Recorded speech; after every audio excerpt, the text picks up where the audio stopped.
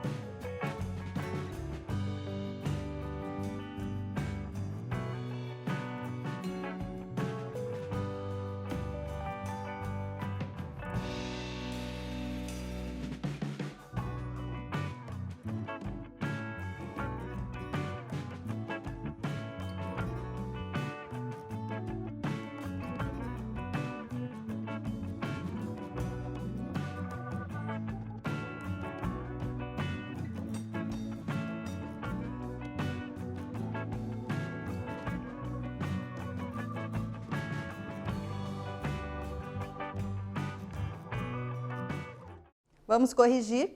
De acordo com a teoria de Max Weber, a sociologia deve compreender, letra A, as motivações das ações dos indivíduos. Gente, isso é muito importante. Para o Weber, o indivíduo constrói a sociedade. através da sua ação. E toda ação tem uma motivação. Lembra na escola, o que te levava a ir para a escola? Eu tenho vontade de estudar, porque a minha mãe me obriga, por causa da merenda. Sempre tem uma motivação e a sociologia deve entender esse motivo que leva o indivíduo a agir. Relação social. A relação social é possível porque o sentido das ações sociais podem ser compreendido pelos diversos agentes de uma sociedade, mesmo que seus significados não sejam permanentes. Isso quer dizer que os indivíduos compreendem o sentido das ações. Todos sabem do que se trata, mesmo que não haja correspondência. Sinais de amor podem ser compreendidos, notados, sem que esse amor seja correspondido. O que o Weber quer dizer? Uma relação na sociedade, entre as pessoas, existem porque elas entendem o que uma outra pessoa quer fazer. Quando uma pessoa chega com um cartão de crédito, um cartão para pagar uma conta, a gente entende que ali ela está fazendo esse pagamento. Se fosse numa sociedade indígena, numa sociedade feudal em que não há o cartão, essa ação não seria compreendida pelos outros. Então, a gente consegue viver em sociedade porque nós entendemos as motivações, entendemos os comportamentos, mesmo que a gente não corresponda. E o Weber traz o exemplo do amor, né? Se a pessoa chega lá, daquela paquerada, daquela piscada, você entende o que ele está querendo te dizer, você entende a ação dele, mesmo que você não corresponda. Então, quando nós compartilhamos essas ideias, nós conseguimos viver em sociedade. Indivíduo e sociedade. Para Weber, só seria possível compreender a sociedade nas manifestações da ação individual. A sociedade não teria um sentido próprio, mas é reproduzida pelos indivíduos, que lhe conferem sentido a partir da estrutura da sociedade em que vivem, no capitalismo, por exemplo. Então, são os indivíduos que constroem a sociedade. As pessoas dão significado e constroem a realidade a partir das ideias de cada época. No capitalismo, as pessoas entendem o mundo de um jeito, no feudalismo, elas entendiam de outro jeito. Tá? Vamos ver um exemplo? Você já conhece alguma lei que não pegou? Conhece uma lei que foi criada e as pessoas não cumpriram? Você sabia que no Brasil já houve leis que proibiu a venda de melancia, proibiu o feirante de gritar na feira e até criou o aeroporto de disco voador? Essas leis são verdadeiras, pessoal. Elas existiram, mas elas não pegaram. Por que elas não funcionaram? Porque os indivíduos não viram sentido nelas. Desta maneira, não as cumpriram e elas deixaram de existir. Aqui, mais uma vez, o Weber está dialogando com o Durkheim. Ele não está falando dessas leis brasileiras, mas ele fala que a simples existência de leis e normas não faz com que os indivíduos as cumpram, que elas funcionem. O que precisa para uma lei funcionar? Os indivíduos verem sentido naquela lei para aí modificarem a sua ação. Tá? Por isso que essas leis, por exemplo, não funcionaram, porque os indivíduos não viram sentido e essas leis não motivaram a ação dos indivíduos. A atividade. Para Max Weber, qual é a relação entre indivíduo e sociedade? Letra A. A sociedade obriga o indivíduo a agir através das leis e das instituições sociais. Letra B. A sociedade capitalista é construída pelas classes sociais. Ou letra C, as normas sociais só se tornam concretas, reais, quando os indivíduos compreendem seu sentido, tendo uma motivação para agir de determinada maneira. Copiem a resposta correta e a gente já corrige.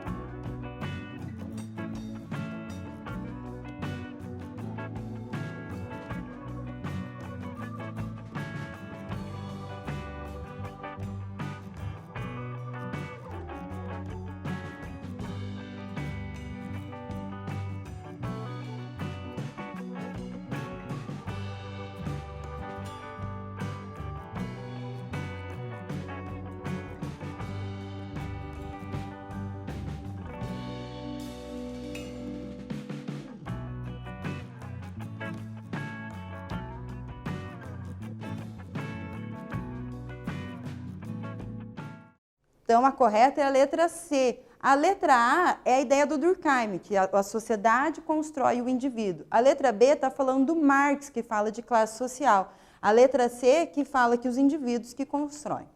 Então, a ideia de Weber para entender a sociedade é a seguinte: se quisermos compreender a instituição igreja, por exemplo, vamos ter que olhar os indivíduos que a compõem e suas ações. É assim que as normas, as leis e as instituições são formas de relações sociais duráveis e consolidadas. Então, as leis e as instituições existem porque os indivíduos veem sentido e agem para que elas continuem existindo. Indivíduo e sociedade. Dessa maneira, é possível conhecer ações que acontecem regularmente na sociedade, ou seja, são comuns, para compreender as relações sociais. As ações se tornam regulares quando os indivíduos compreendem e compartilham seu significado, mais uma vez, destacando, é o indivíduo que constrói a sociedade e constrói o seu comportamento, faz com que as leis e as instituições funcionem. Vamos para um quiz para encerrar a aula? De acordo com Weber, ao interpretar as ações dos indivíduos, o cientista social pode compreender as relações sociais. Letra A, a alternativa é verdadeira, ou letra B, a alternativa é falsa. Respondam e a gente já vem para a correção.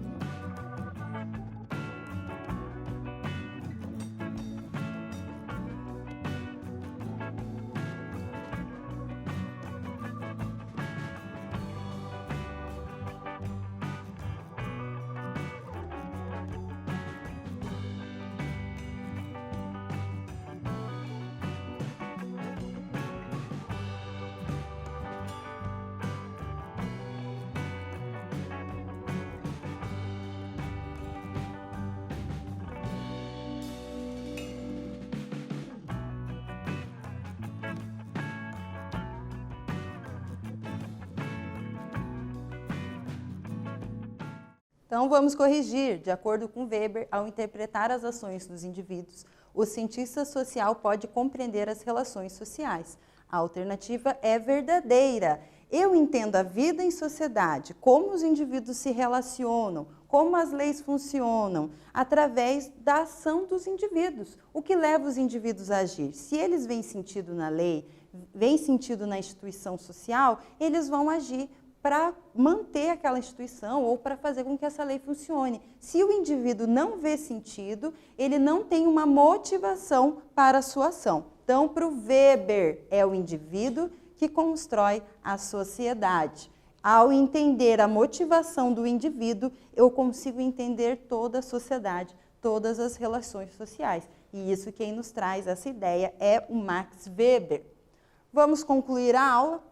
Na aula de hoje, vimos que, para Weber, os indivíduos constroem a realidade social.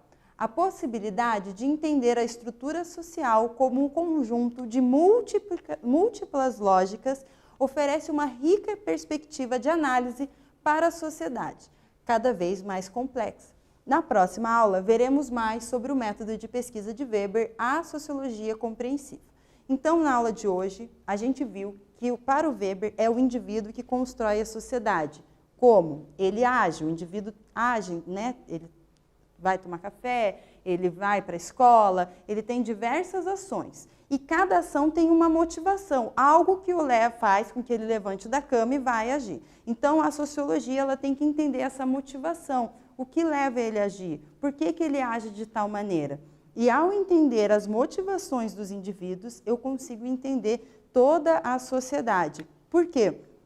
Através dessa ideia, o Weber traz uma novidade nos estudos clássicos da sociologia, de que a realidade ela não está determinada por leis, né? Ela não tem um comportamento programado, ela tem múltiplos significados. Tá? A realidade ela pode se transformar e os indivíduos podem entender o mundo de diferentes maneiras.